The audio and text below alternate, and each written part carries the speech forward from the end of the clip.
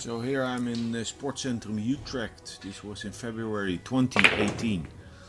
Preparing myself for the Whirlpool Masters and all the tournaments that would come after that, as I had decided to get back in the game. Straight pool is something the Dutch players have grown up with. The old school Dutch players, so Niels Veijen, Nick Vandenberg, UGC, and before that Rico Dix, myself. We have played a lot of straight pool, and I really think it's a base of our success. Because success is winning, and winning is precise cue ball control. Clinching it when you have it. That's something you'd learn with straight pool. Overall, in general, the Dutch have a very methodical approach. But for a couple of reasons on that day and lately I'm allowing myself to play more freely, more of a John Schmidt style. Here I've lost position. And again, no good position. More relying on my shot making ability than being overly anxious on controlling the cue ball at any time, any given moment. Which is nice. I can play like that. But then I would be able to squeeze a 100 break. And making a 300 in such a fashion is just too much to ask for. My previous high run was a 272, which I made in 3.5 hours, which is crazy actually. It's way too tight. So draw back here, and depending on the angle that I'd have on that ball in center table, I can decide what to do next. Looking at the angle for the 1. If I need check side, left spin to get into that ball. I decided I didn't like it to land in between the balls, in between the 1 and 9.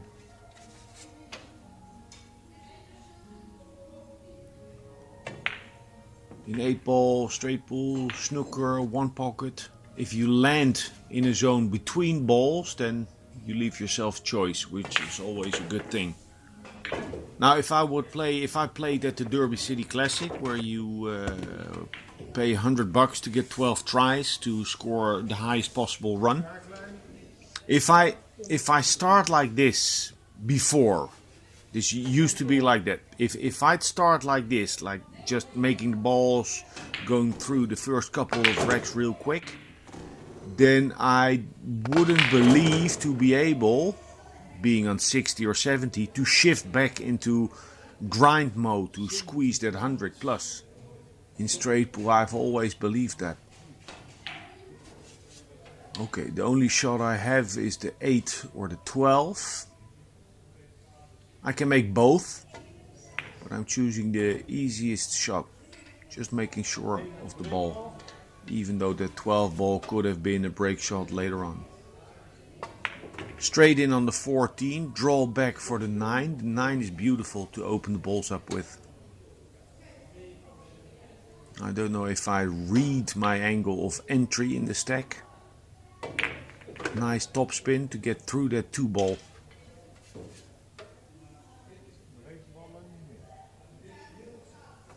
So this is a good spread with the 7 on the left as a possible break shot. Maybe the 9 is good.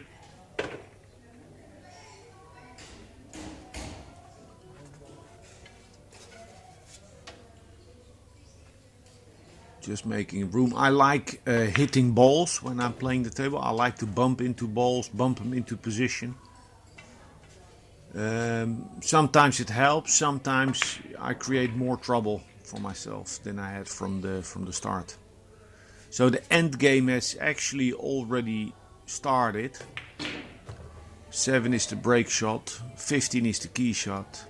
The 5 and 10 are brothers. So I'll do 13, 10, 5, 5, 10, 9, 2, 15. Actually, this is the first time I'm watching back my run. But it makes for good viewing, I must say, if I play that quick. Of course, I've watched myself, but always on the slow side. Now, sometimes you'll see, you can notice, I notice, when I play that my foot position is more square, because since 7 months ago I've done the side ride course in Sheffield with Stephen Feeney from Side Ride. Highly respected snooker coach. Worked with Bingham, now works with Williams and Murphy. And it's about sighting and aligning. And of course I've applied it to myself. And I stand more square than I used to, and it sure helps. Okay, so watch my angle on the 7. This is a nice angle because I don't have to read the entry into the stack. It's a blind angle, so just a high ball. Acceleration, more important than speed. The 9 and 6 on the left of the rack to be used later on as secondary break shots. Or if I could play the 14 well now. Oh, wow. I'm playing a combination. It's a good shot. Now this angle on the 15, I like opening clusters from below. Maybe I'll play it after the 5. But I think in this run we'll see that often coming into a stack or a mini cluster from below, it opens up real nice and it gives many break shots or potential break shots. So I've chosen differently. It's a little bit tricky to go into the balls off of the 8.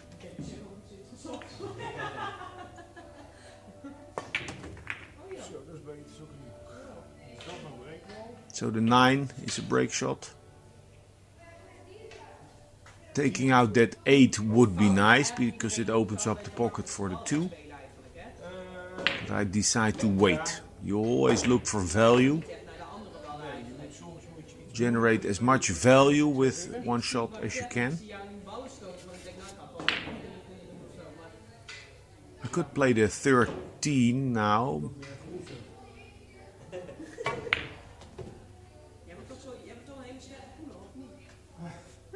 So often, less experienced players, I see them leave a ball like the 11 or even the 3 ball. They leave the ball there because they think it can help them later on.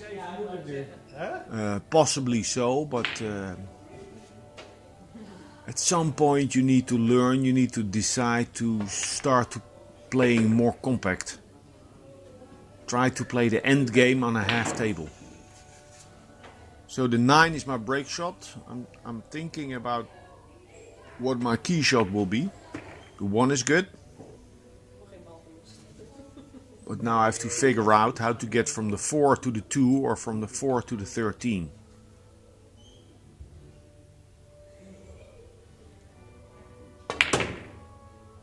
I had a tiny angle.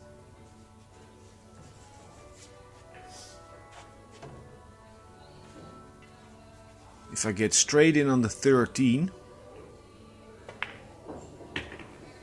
oh, straight enough. I have a slight angle, but I want to finish up below the 1. Play it soft with check side. If I'm now checking my angle. If I like it. If this is too much of an angle and, if I need to slow roll with check side, my kick alarm, skid alarm goes off. I would play differently.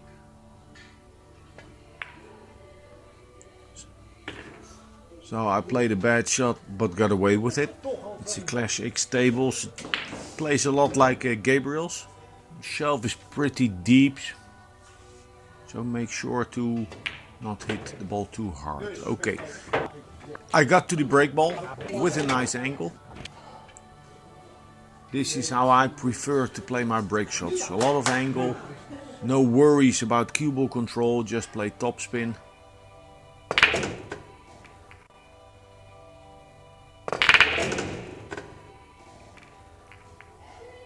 Now, important with the topspin on these type of shots, well, I'll have a little get together with Davey, is to play with a level cue and no side spin. You don't need side spin. It's not gonna help you.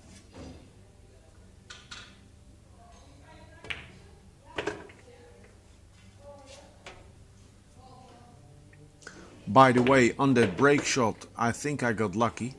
I think my intention was to play topspin, but I didn't play nice topspin. Now I can take out that 15.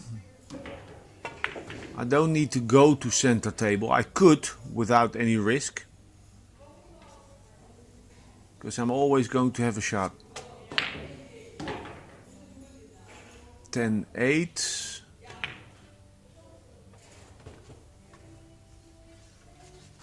As said before, and now after clearing out that 8, I'm playing straight pool on half a table.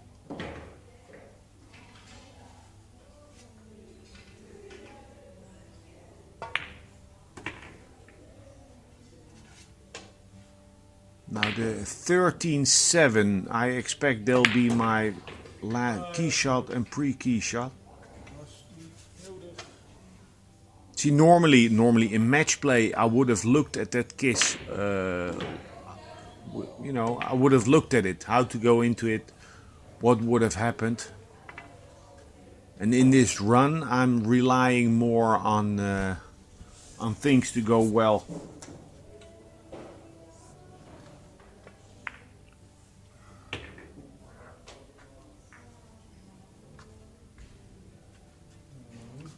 Okay, 13 and then the 11 to the side pocket to the right. Gonna have a break shot on the right side of the rack again. I overhit that, or I played to the corner. Now I need to play, if I want to play it nicely with confidence, this is going to be a stun run through. Coming through the ball slightly. Now sometimes it looks as if I'm playing with right spin. I don't, or I do, but I compensate. I've never hit the ball pure. The only thing is that now, you know, with work, by addressing some issues, you hit the ball, you strike the ball better. Yeah, it is what it is. Now, a lot of angle. I need to play top spin. Make sure to give, or am I playing below center?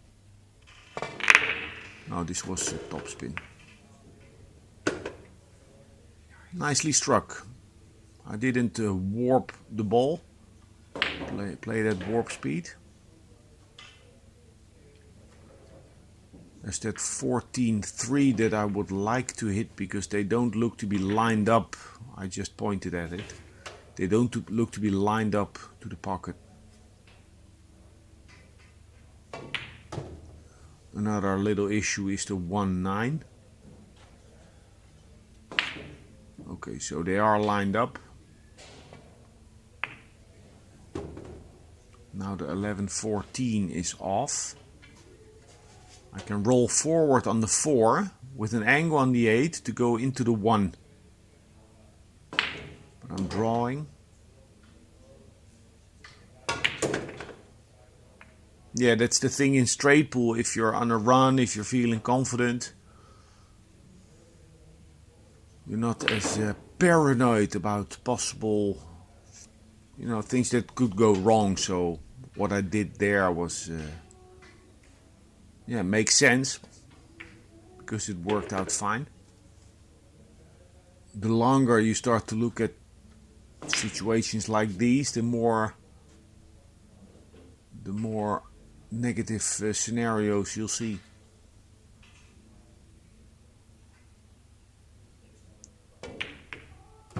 Okay, I was sure to have position on the 12. I'm still figuring out what to do with the 1-9.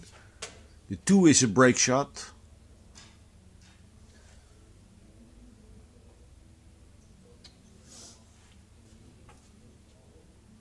Now if I play the 5-8 to go into the 1, it could end up in me having a cut shot to the side pocket on the 12.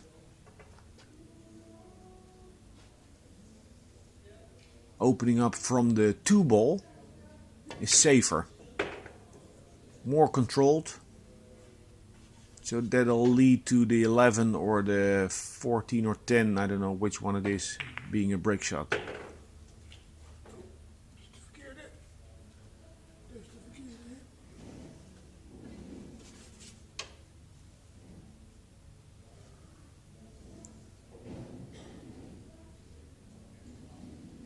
I'm also learning about myself because, as said before, this is not how I have taught myself to play straight pool.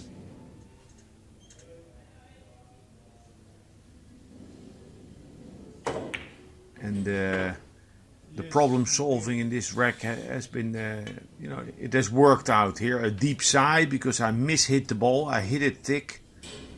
It still went in. And I don't make too much fuss. I just keep on going. And this is nice. If you have to play that shot and end up good on your next, I think that is what form is. If those recovery shots land well. Okay, so twice I've come short on the execution of a shot. Also, I think when you're playing quicker than what you're used to, your adrenaline goes up. So I was pretty pumped. You know, pumped playing fast, pumped playing fast on Facebook Live. That's exactly the reason why I practiced online, because I wanted to practice more. So the 2-ball, go forward for the 4 or back for the 9-13. I like that more, but it depends on the exact angle.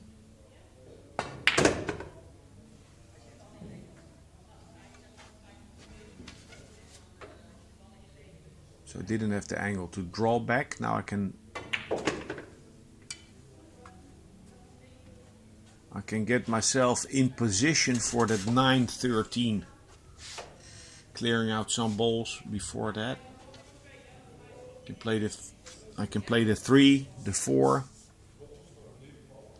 or the 4 now. I'm slowing down a little bit. Also in the previous rack, taking a little bit more time. And this is something that another reason to play straight pool, because you learn to manage your rhythm.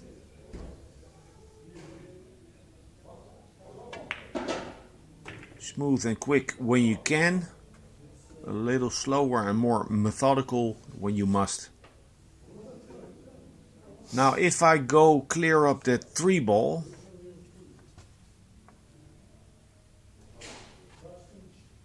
I'm going to have trouble to get in between the balls to open up those 7 balls. Not a lot of trouble. I mean, there's plenty available. Now if I play the 7 here, it opens up the 14 for later. And I could play the 7 with position on the 15, and the 15 would allow me to open up that 12-6. That's what I looked at now.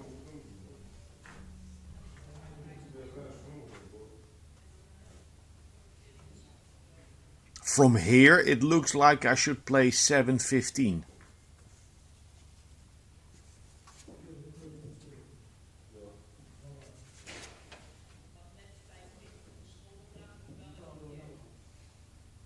Close to the ball, short backswing with a slight angle to nudge the 12 and 6 open. Bum. Just doing enough.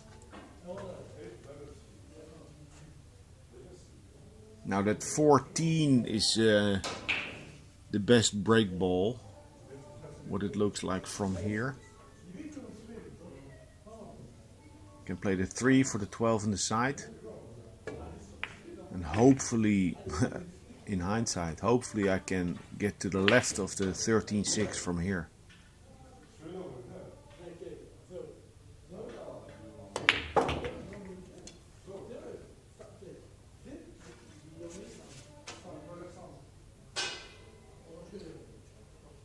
Okay, and now I need a straight in shot on the 5. To the corner or to the side pocket.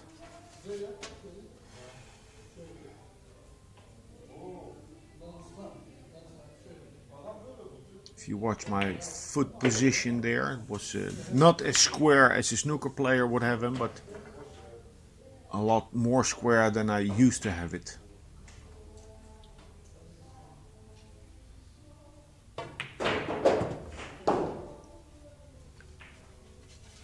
Now I'm on a run of 70 balls. Somewhere during this run I make a mistake with moving the coin, but not yet. So this is 84, and I could have left myself with more angle than this. This is not ideal. So very important to read the impact on the stack. Do I hit the top ball? Do I hit it full? Do I hit the top side of the 9? I think stun draw. Okay, well. Enough action. Now it's possible there's a 7-12 combination on. But I can also land on the 13 right away. Play the 2-13.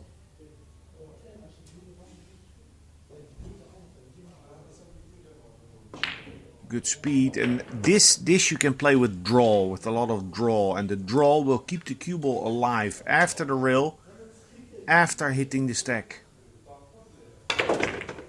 Will make that cue ball come out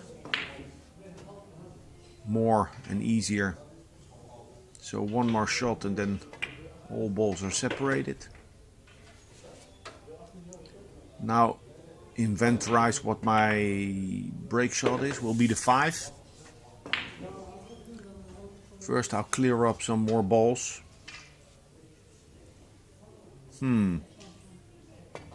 Looks like I underhit that shot. I have the 3, and running into the 9 for me is perfectly fine. I'll bump it towards the side pocket.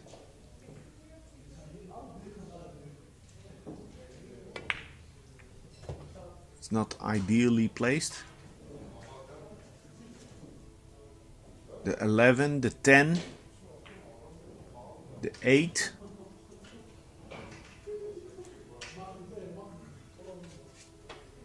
Okay, by playing the 9, we know that the 1 will be my break shot. My key shot, sorry. The 1 will be my key shot, and the 11 is ideally placed to be my pre-key shot, to get me position on the 1. Now that little gesture of mine is because I'm not in perfect position. Maybe I got lucky with shape on the 4. I didn't. Just need to calm down here. I do see it playing with left. Okay, I would have liked to have the 11. The 11 to get on the 1. But the previous shot forced me to play this one on the 4. Now landing in between the balls.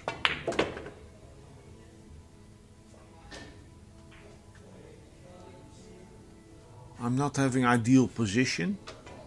So a methodical player could get a little bit anxious by not controlling the cue ball. A player that is more used to not having the best cue ball control will say that it's fine. I see my next ball, they're all open. I have pockets, let's go. Now let's see what angle I leave myself on the 4. Not a problem. A lot of angle, I like this. Because, this is how I've taught myself to play break shots. Preferably. I don't, because of the severe angle on the 4, I don't need to read the impact. Because I'm sure that if I played with a nice topspin, high on the ball, the topspin will accelerate the cue ball away from the pocket. It's not even going to get close to the pocket. I've struck that very mildly. but they've opened up perfectly. Now again, opening from the low side of the stack. Probably gonna have more break balls. Well, just 11. The 8 didn't close up the 4. The 3 and the 15 go to the left.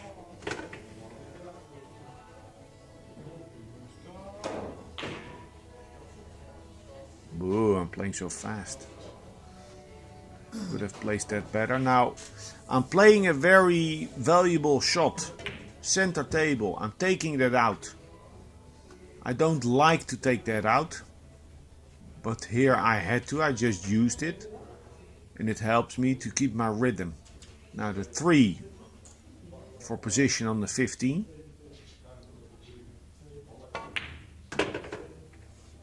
And now my end game.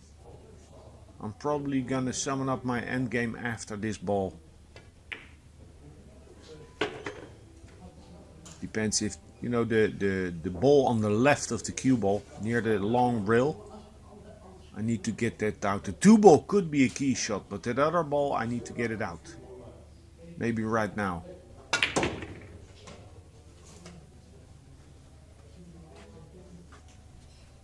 Angle on the 8. If I play a soft stop shot, I can double kiss into the 4. Have the 6.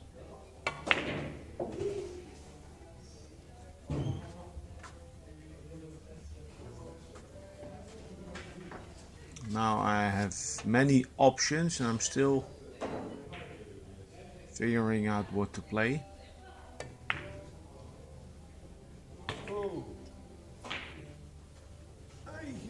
Good enough. So the 1 is gonna be my break shot. Play 2, 12, 6, 1. Now the 1 is a nice key shot. It will be my key shot. 1 is a nice key shot because the tangent line. I could play a stun shot in between the 11 and the side pocket. So I can leave myself an angle to follow the cue ball past the 11. Or with less angle on the 1 to stun it in between the 11 and the side pocket. But always using that left rail for speed control. Makes it so much easier. Now this is not so nice. It's all a result of being too close to that rail in the previous shot. So that's 84, 98. This is 112. The past 10 years, I haven't played so much. I haven't played so much straight pool, but when I play straight pool, you know, I can make 100, and I'll back myself to make 100 in with one good session. But to go from 100 to more, you know, it's very difficult for me. But on this day, when I made this high run, being on Facebook Live makes it a little bit different. Gives extra impulse. So I've managed to control the cue ball well, judging the impact on the ball and the deflection of the cue ball. Now the 3 and the 12 are touching. The 4 is a possible break shot.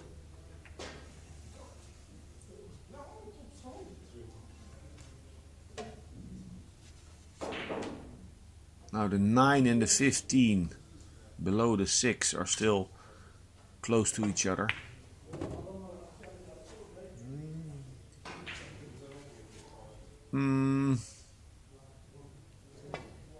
I don't know if I knew at this moment what I was going to play. I don't think so. Looking at this table, well, the 4 is a break shot. And the 9-15, I looked at it, a combination to the left-hand corner. Could go into him off of the 12. And if I nudge the 9 off of the ball, then the 15 could be a break shot. Stun draw.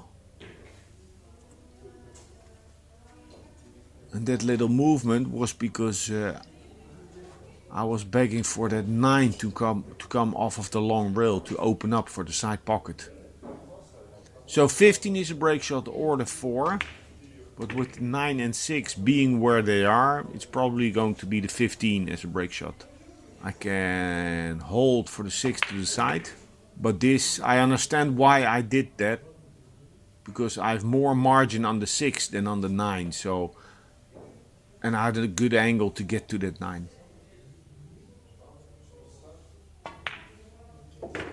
Now, one ball back. 126. Nice rack. Nice, good break shot. In the end, when I had 4 balls left, when I crossed the table to get on that 9 on the left, was also something to note, I think. Here, this is a very nice angle. It's a high break ball, so it's easy to control the cue ball. Relatively easy. Easy to read the line of the cue ball. And I acknowledged that I would be hitting the top side of the ball.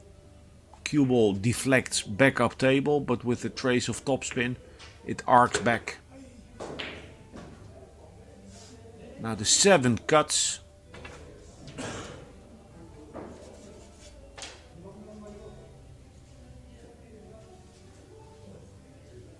Topspin, I can get lost with the cue ball. So maybe if I play the 7, a soft stop shot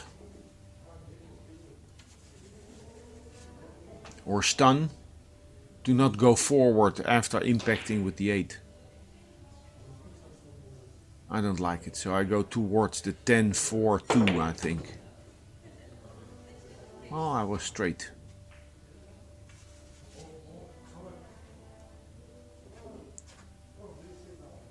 So I'm looking at going to the other side of the table off of the 1 to see if I have a future there. I don't like getting into the balls. If I would go into the cluster, I would push more balls towards the 2-6-10. It would get more congested. The 2 ball is busting my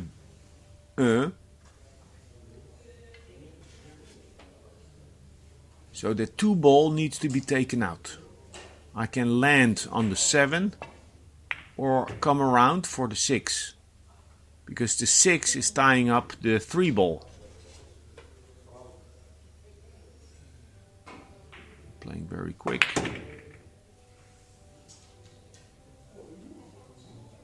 Yeah, this is, you know, if you see this landing like that from the 6 to the 3, I've come around twice and on both occasions I landed perfectly. That's form.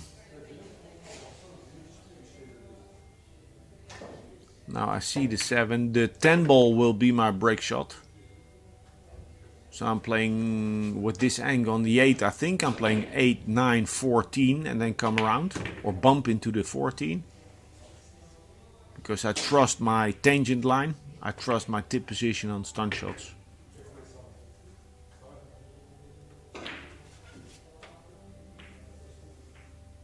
Now roll the ball with the trace of left.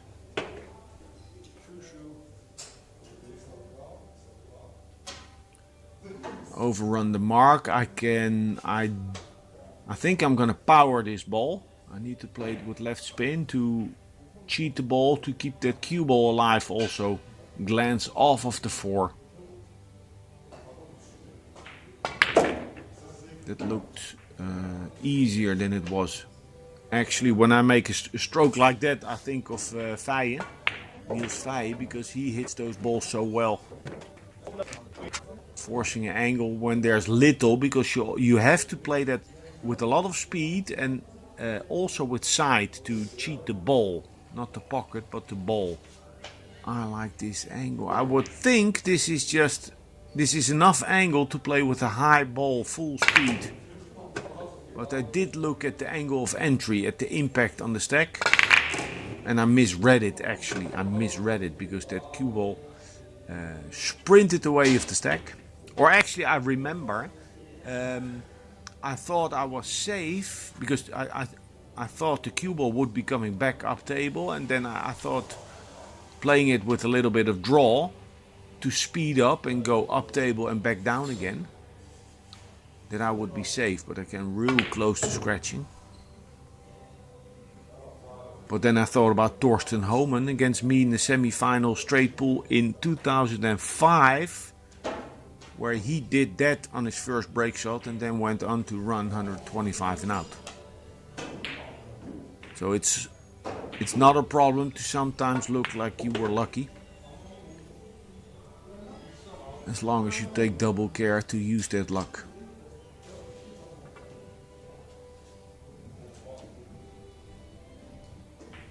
Looking at the tangent line off of the 15, I will hit the 3.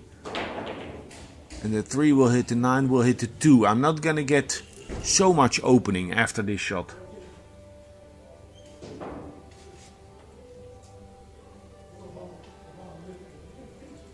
Well, guess again. So 9, 5 for the 8. 9, 5 for the 8, and then my end game starts.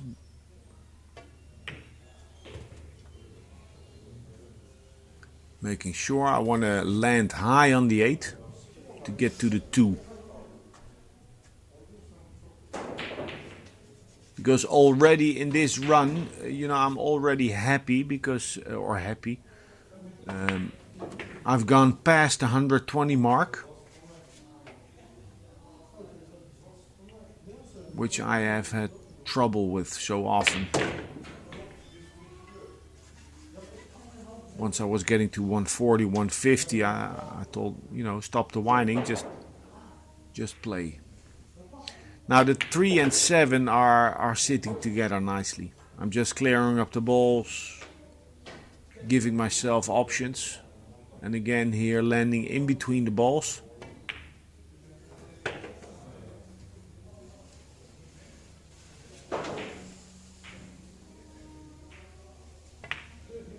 Now I've underhit that shot on the 3 a little bit. Angle is good. I would have liked to be half a diamond closer to the 8. That would have been perfect. But this angle is nice. Now on the previous break shot, my cue ball nearly scratched in the top right hand pocket. So depending on what side of the ball I'm gonna hit, I'll play stun, stun draw, or stun top. This was stun draw. If you look back at that break shot, I hit the low side of the ball on the rack that I impacted. Cue ball deflection is forward, but then it's counter forced by the draw, creating that nice arc. Now I make that Muppet face because I hit the yellow ball and lost a potential break shot.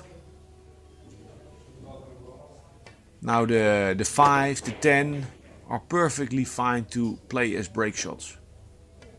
But the ball below the 14 is maybe to the side of the rack, so I can still choose. In general, okay, so I'm playing the 5, it's not going to be the below the rack break shot. In general, I can say that people don't play the break shots below the stack enough. They don't. Especially if you're struggling, especially if you miss too many break shots, or if the table is real, if the pockets play real tight, or if you are not getting nice reactions after the break shot. I say switch, it also works as a nice reset. Switch and try to look for break balls under the stack.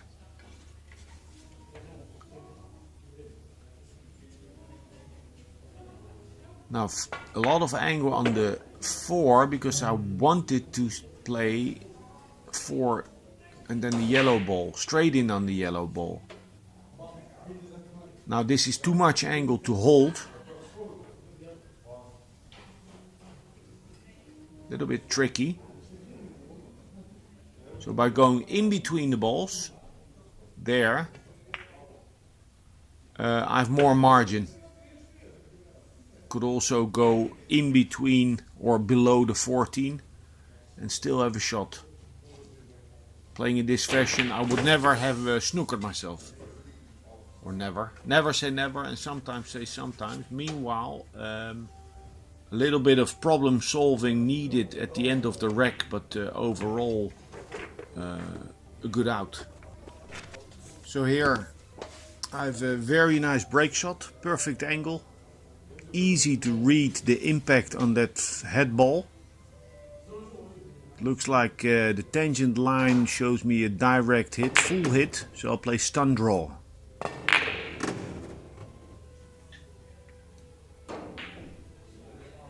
Looking back at this high run, you know, it's every time I'm playing with the good speed. I'm finding the good speed to play that break shot with. So the 6 to open up to get out that 2 ball.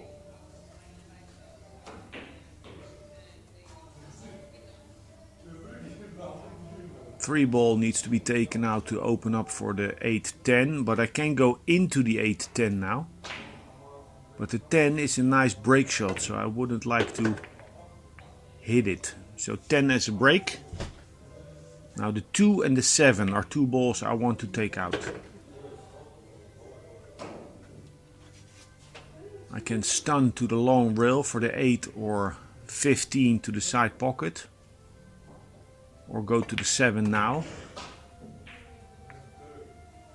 So by playing it in this fashion, I use the 7 that I wanted to take out to get to the 2. So I kill 2 birds with 1 stone. Now it looks like it's too much angle on the 2 to hold on the right side of the 8-15 for a shot to the left side pocket. I could also come high to leave myself a cut on the 12.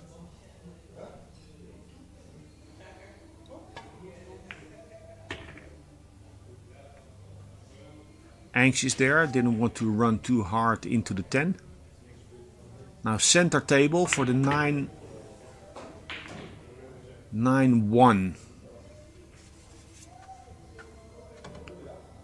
The 8-15 both go to the corner.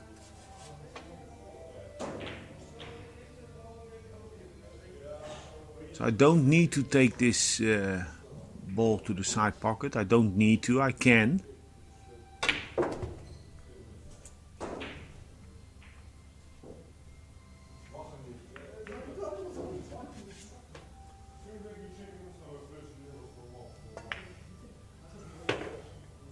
Okay, now cut.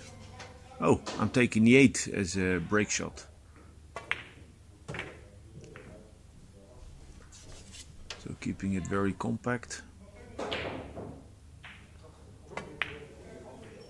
I'm happy watching back this run because I'm learning.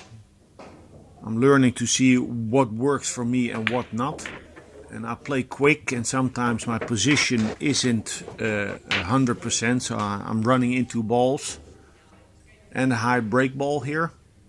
It's higher than what I tend to do normally.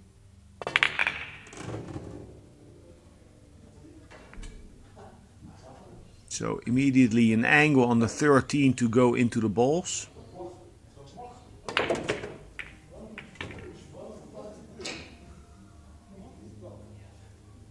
Now the 4 is sitting nice on the long rail to the right to go into them. But I used that angle on the 6.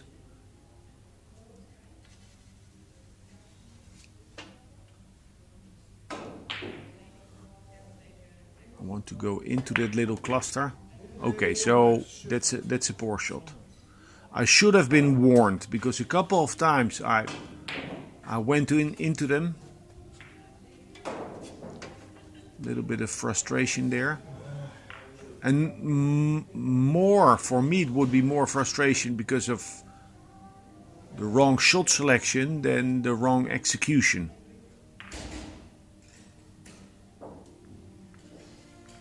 The 12, cutting the 12 would have me running into the 1, and the 1 is a good break shot.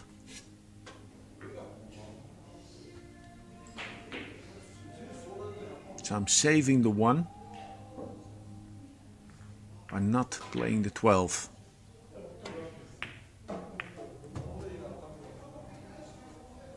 So how do I go about? I have a very natural angle off of the 7 to go into those 3 balls. But then again, I lose control.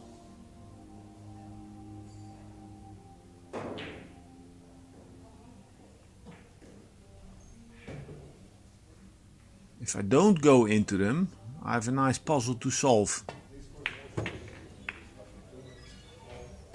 I was well aware of the risk that I was running.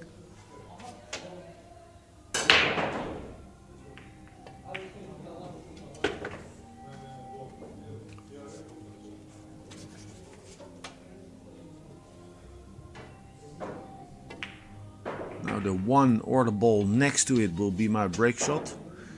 Normally I like to pick up that 9 ball. I don't like leaving that 9 ball as a key shot.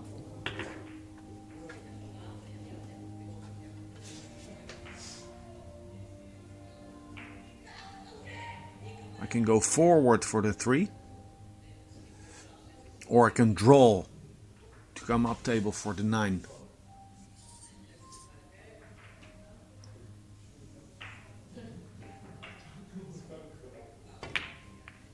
I've run 13 racks here. I'm in a good rhythm. Now in hindsight, somewhere along this break I could and should have taken a timeout. Just go to the toilet, order a coffee, a tea, have a cookie. Because it also becomes a challenge to keep the focus for so long. So I played that 9 nicely. Now the 1 being the break shot, I saved it before when I rolled that 14 to the side pocket instead of cutting the 12 ball in. So I saved the 1. It's going to be lying a little bit difficult. Well, difficult. The tangent line points towards the center of the stack, which makes it very important to read the impact.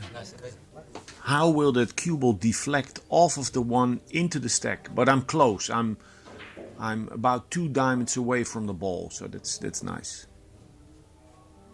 If I hit the low side of the 13, I'll play stun draw. Or draw, and if I hit full, I'll play stun draw. So this was full, playing stun draw. The 13, if I see it, I can go into the balls right away. Hit the 6 full on the nose. Now I'm looking if the 12-14 is a combination. Opened it up right away. Played it with right spin. With right spin to go away from the ball. Now bump the 7. It's a free shot because I foresaw that I'd be controlling the cue ball. And in that fashion I've made a little more room. And in that fashion I've made a break shot.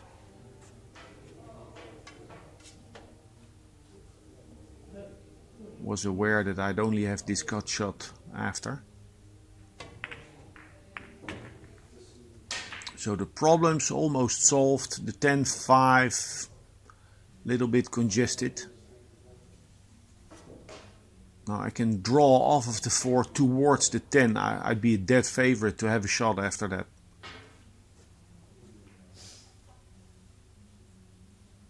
But I'm playing clean.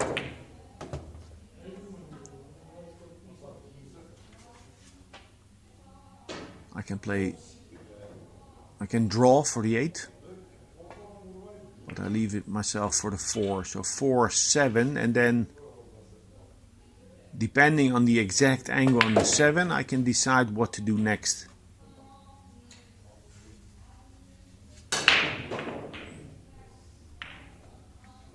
Seven for the 10 to top pocket, or draw for the 8 to the side.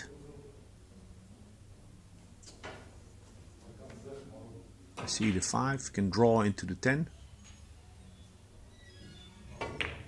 So by leaving an endgame pattern like that, the ball's open, no pockets blocked. Anytime leaving myself option for multiple balls, I can still choose. Right till the end I can still choose. Again for the 10, 3, 8. And depending on my exact angle, I will decide how to go next.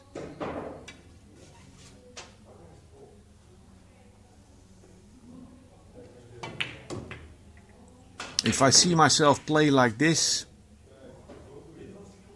I think to myself, how can I play more methodical and slower and expect to make big breaks, 200 plus? I think you have to play like this. A little quicker. There's a 112 that I made at the Derby City some years ago. That's about the opposite of what I do in this run. It's a big squeeze, grinding myself, plowing through every rack. But it's different than you're under the gun. Because at the Derby City Classic, you know, everyone is watching, many players are watching, they're waiting, you only get 3-4 tries. And if you've missed a couple of tries on 70, 80, 90, maybe 102, you tend to get frustrated. So it's a different approach. 13 is a good break shot. And I'm not really choosing yet because the balls are in the open. A good experienced straight pool player recognizes when it's time to choose and when it's time to play. I'm not saying that I do everything perfect in this run, but well, good enough for me. I definitely tend to overthink my pool. I have the 3, the 8 to go into the 5-12, or the 3 to hold position for the 6. Cleaner. A cleaner way to approach it.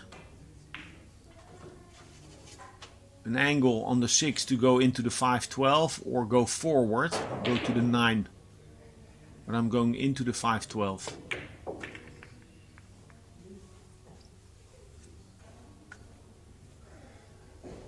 The 5 goes, we'll open the pocket to the right for the 13 once I clear the 9. 5-9 or 5 bump into the 13.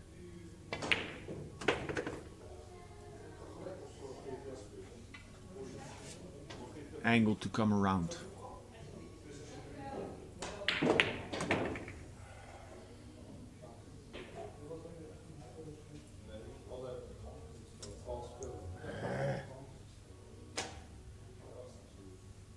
I can play the 13 or I can play the 11. Both balls that I need to solve. But I'm straight enough on the 2. So by playing that 2 I can then play the 13-11.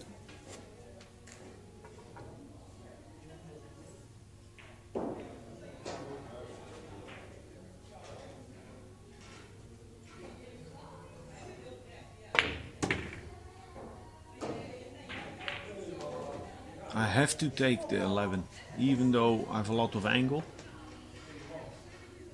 I'm committed to the 11. I cannot play 10, 8, 11. 11 would be a horrible key shot to go to the 12.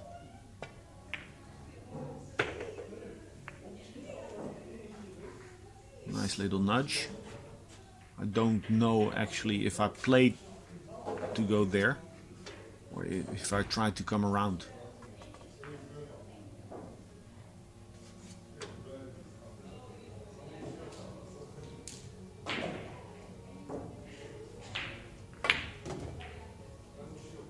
Nice recovery shot, staying on the right side of the 8. Now, I don't know if I play double speed using the left rail. I tend to always use that extra rail for speed.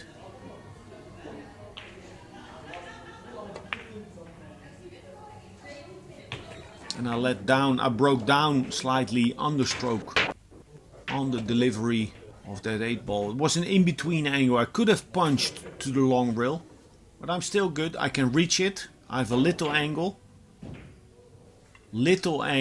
I'm not playing to blast the rack open. This could have been a lot worse, but I have the 14 and the 4-6 as a combination after. Or the 7 to go towards the 3. I can play the 7 or the 4-6.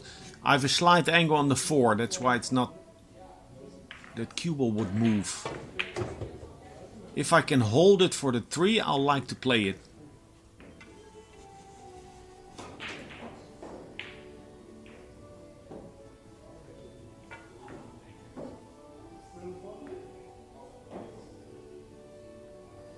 Now a nice angle on the 3 to stun into the 11. I don't need to hit this hard. Position for the 2 or 15. Now if I take the 2 out, the 10 ball that is above the cue ball will go to the right later on. That's what I look at now. So it would be 2, get on the 5, then play the 10.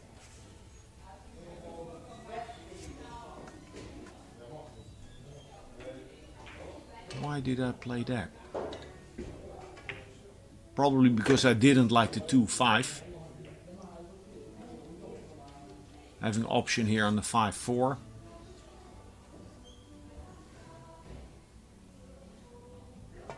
Now I'm going about my business, leaving that 1, 10, 13. Those 3 balls together. Something I need to deal with later on.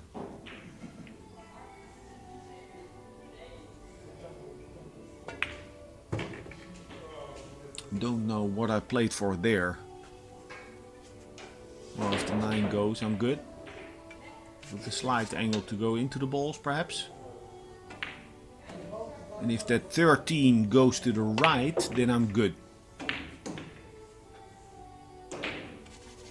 I'm jacked up though. Awkward cueing. Making sure to be stable, firm, and hitting center on the cue ball.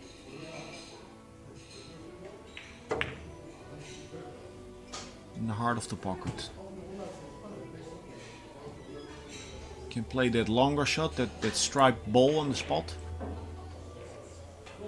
Or take care of business first, the 7.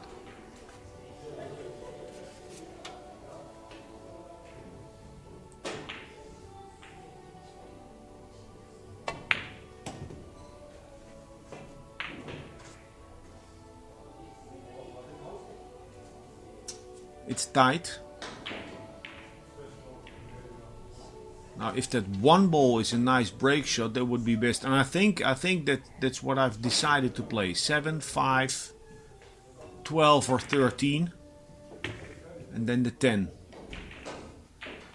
But I've hit it thin, maybe too much right spin. So now I have an angle on the 5 and I have to go up and down again.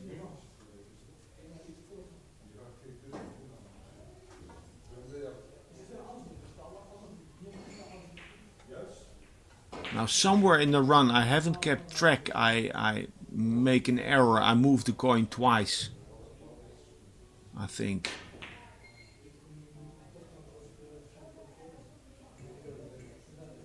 So I don't know where I'm at exactly.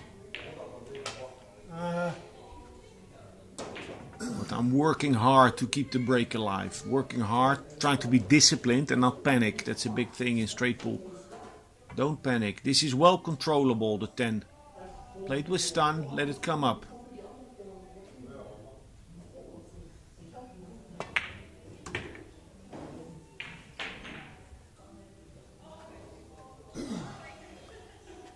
Now if I play a high ball on the 10, high right, I can't get the required angle on the 1, so I'll play this with low and not too much right spin. I don't want to get close to the side pocket. Sharp acceleration. There.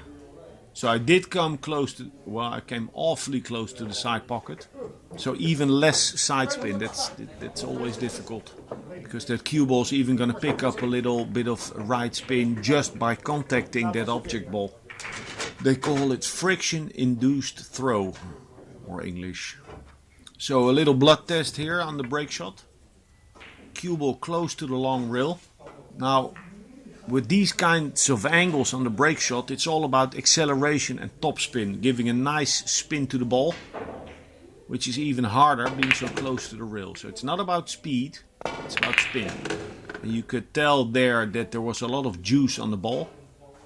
The way it accelerated after that first impact.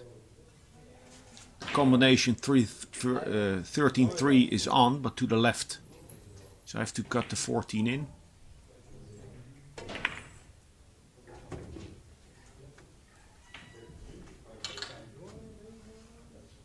Eight is a good break shot. 6 is a good break shot.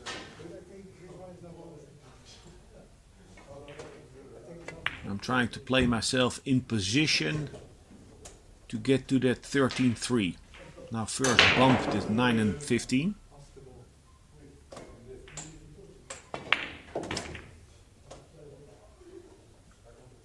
To go forward if I have the angle. If I don't, I have to slow roll.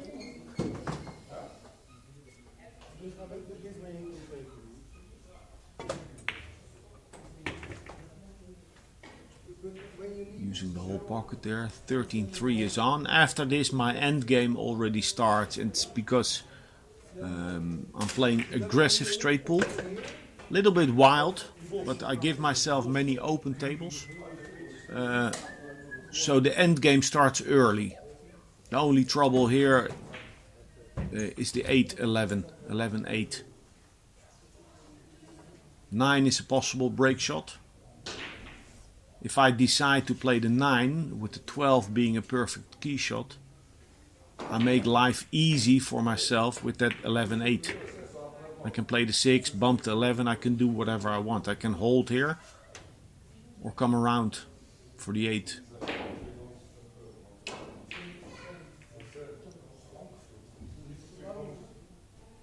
As said before, I really didn't need to go into those balls. It's something I do too often. Could have gone wrong. Okay, so I'm changing. 9 could have been a nice break shot. Now playing 2, 12, 6, also good. Now I have this theory, if a player plays fast, players that play fast, that they don't breathe well. And you start to hyperventilate slightly, like Tony Drago, a very good example. And hyperventilation makes you a little bit high because you intoxicate yourself. Now, maybe it's far-fetched, but I really believe there's something there. Because when you play quick for 10, 20, 30, 40 minutes, or an hour, when you play quick, when you then slow down, it all feels weird. It's also because of a different perception of time. Okay, now I was confused with maybe having put the marker, moved the marker twice. The break shot is good. This is perfect. Nice opening. Now that 6 ball, I could play the 4 and hold for the 6. Because I really like going into the balls from the short rail. Oh, right away. Gamble. I didn't need to go in there. I didn't need to go in there. That's also, it's fatigue and it's tendency. It's my tendency to go for those bumps, those kisses. The 1-8 is a combination.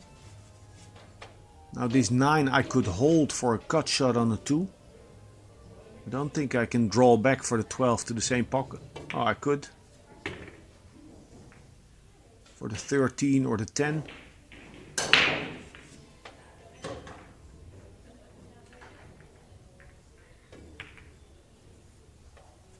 7 is now in a good position as a break shot. I've played it a couple of times now in this run.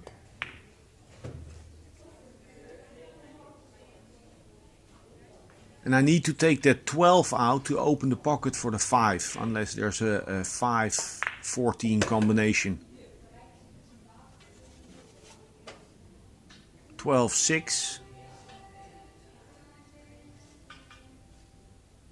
I don't know what my key shot will be just yet.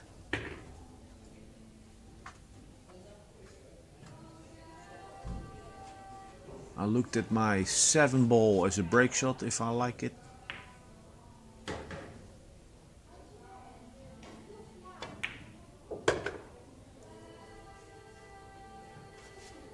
So now my end game starts. I'll play.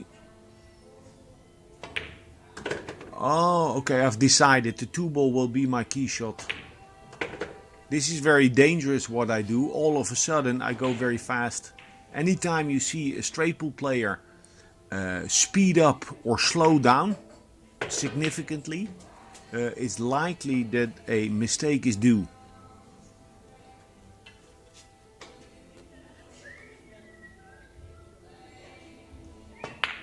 So nice angle with a trace of, well, actually more than a trace, left spin to go 2 rails.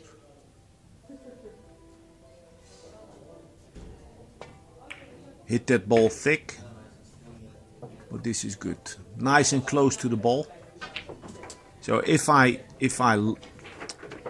feel confident about reading the deflection of the cue ball, if I feel confident about the cue ball, I'll play the break shot more aggressively.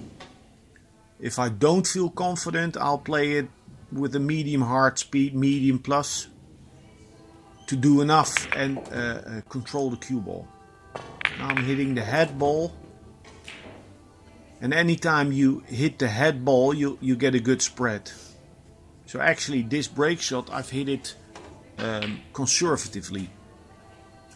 I look at the 12, the lowest ball of the cluster, if it goes to the left. If it goes, I'll drag this ball, killing the cue ball, open up. I'll hit the 4 ball on the nose and be guaranteed a shot on the 2.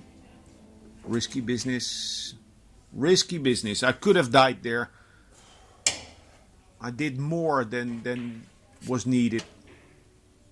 Or I just didn't recognize the danger there. Should have hit that 4 ball on the nose with stun and just hold for position on the 2.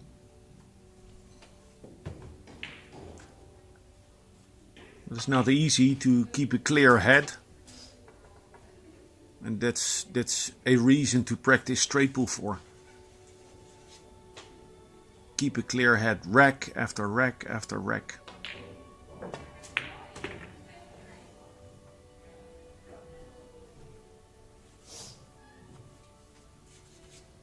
I was aware that I had broken my record here, 272, made in a long time ago, 2003 I think.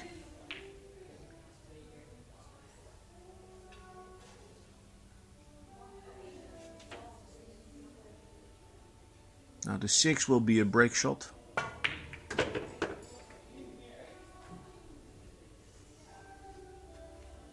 And now I have to decide how to play my end game. The 14, 15 are nicely together. So if I play 3-1-4, 3-4-1, pick up that striped ball up table, then the 14 and the 15 go together. Automatic. So I expect to go with top spin off of the short rail to the 10.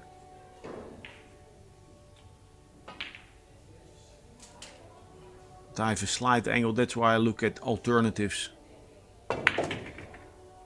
Okay, punched it out. So I've committed myself to the 15, 15, 14, 10.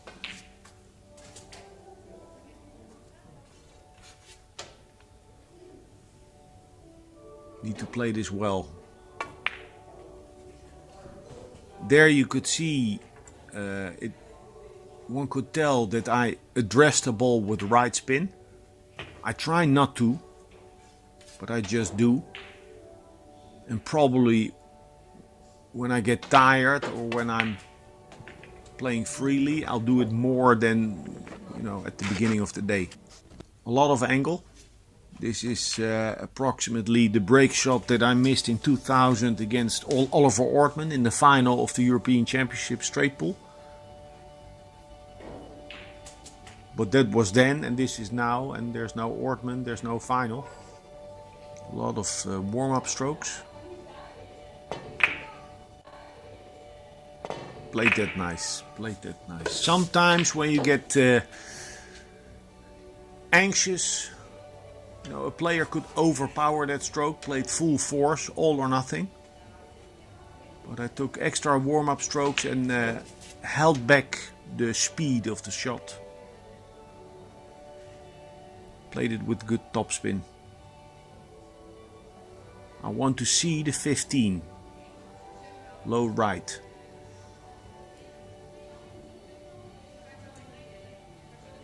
I can roll it in, maybe bump the 7. Hold position for a cut on the 8 or the 3. I'm not gonna try to go into the balls, I expect. I shouldn't. I shouldn't have done that. Didn't need to, just play drag, kill the ball.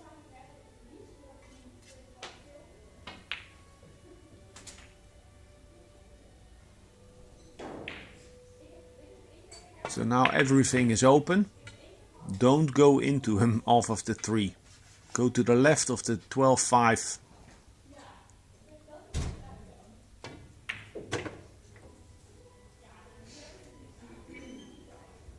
Take away the 12. And then off of the 14, which is next, get to the right side of the 7 and 2. Play 1 rail or 2 rails. If you play this 1, you have to soft spin it. A big risk of a kick. Playing like this, it's a little more aggressive with the spin. Didn't get to my mark for the 7.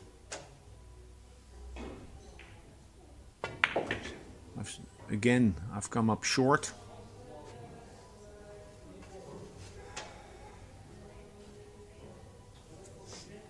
Bump the 13, that would be the nicest, without touching the 1. I could also have played to bump the 9, but this is better because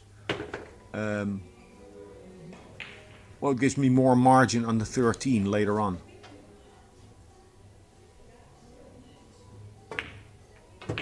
Little kiss on the 1, doesn't hurt. And by positioning the cue ball there, I see the 13, I see the 4, I see the 9. Leaving myself more options.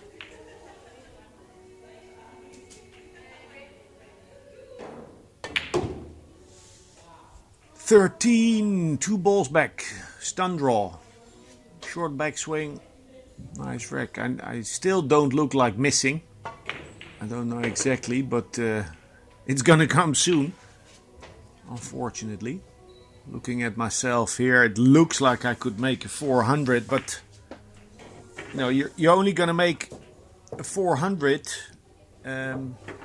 Well, we'll see. Maybe I'll make a 400 in the future. Who knows?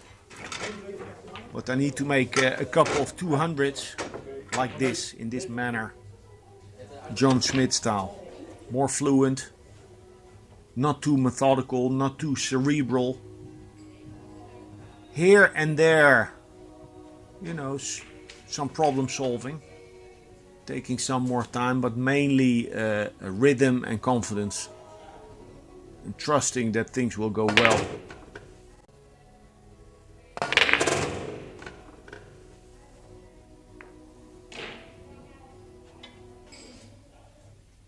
I can go off of the 10. I'll see the 7-4. Oh, I hit that ball on the wrong side. Yeah. On the other side is good. So I got lucky.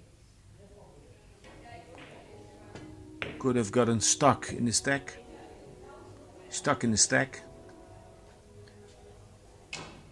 I look at the 2 ball, if I can play the 15. And I can, so it's 15-2. Open up that mini cluster, but I've come too far. Could still play it. If you play a lot of straight pull, these little cut shots don't pose too much of a problem. Now I have an angle on the 7. I could go into him. I don't like the 5-14. Anything on the table that limits choice is something to deal with. So now 13, and let's see how I go about with that 5. Could play the 6 into the side, bump the 3 ball, or even draw back.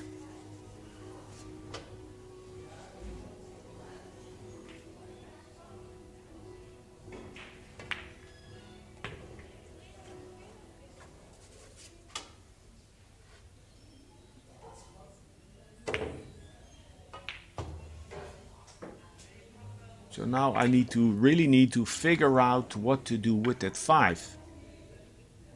14 doesn't pass.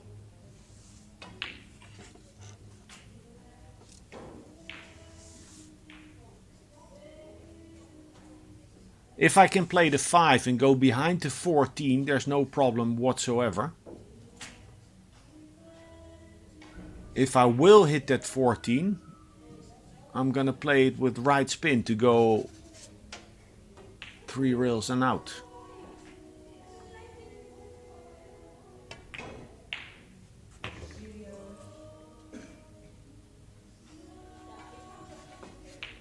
Aha, I can get to the 5 from here. Now instead of trying to play topspin in between the 14-3, I choose the safe route because I never ever want to hit that 3 or 14. So I took the safe route. Now punch, go center table for the 8-9. Gives me choice. 3 rails on the 9. Or something off of the 8.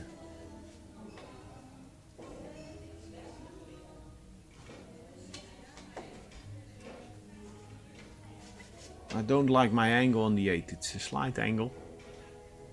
So I'm playing 3 rails coming into the 8 ball. Need an angle.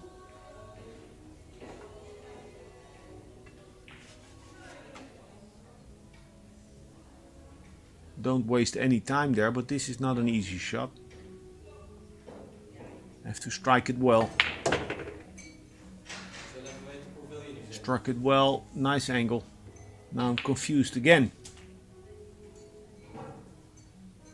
Confused again. Actually, at the end, when I finished this run, I thought I'd made some. I don't remember, 330 something.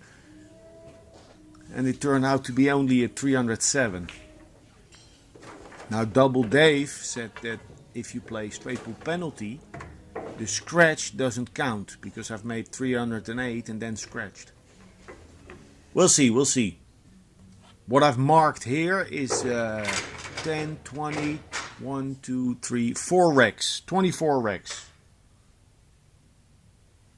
times 14 is 218, 32, 312. Does that make sense? This will not open a lot.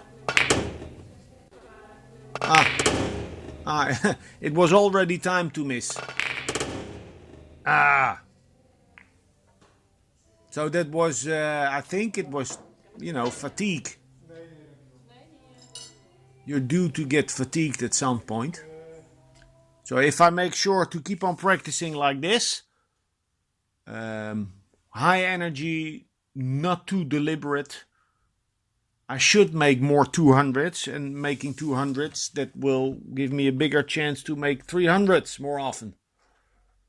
All right, thanks. I hope this was insightful, and later.